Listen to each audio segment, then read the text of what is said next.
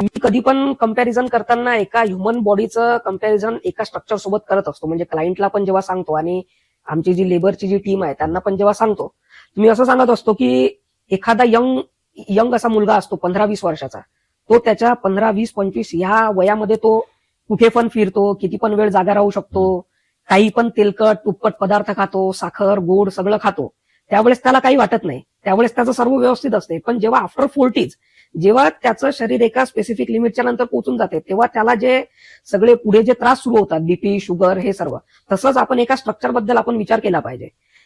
कन्स्ट्रक्शनची building जेव्हा आपण बांधत असतो, त्याच्यामध्ये तुम्ही रेन्फोर्समेंटमध्ये 2 बार कमी पण टाकले तरी ते काम संपेपर्यंत आणि त्याच्यानंतर 4-5-10 वर्ष पण त्याला काही होत नाही.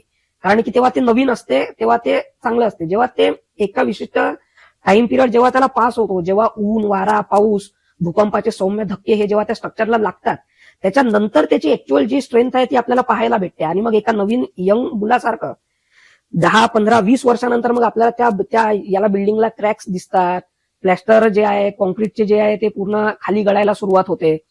तर हे न व्हायसाठी आपण आजच आफ्टर 20-30 इयर्स ते स्ट्रक्चर आपल्याला कसं पाहिजे, तो विचार आज करून आपण मटेरियल आणि विशेषतः स्ट्रक्चरल मटेरियल वापरताना आपण कोणत्याच प्रकारची एक कमी नाही केली पाहिजे.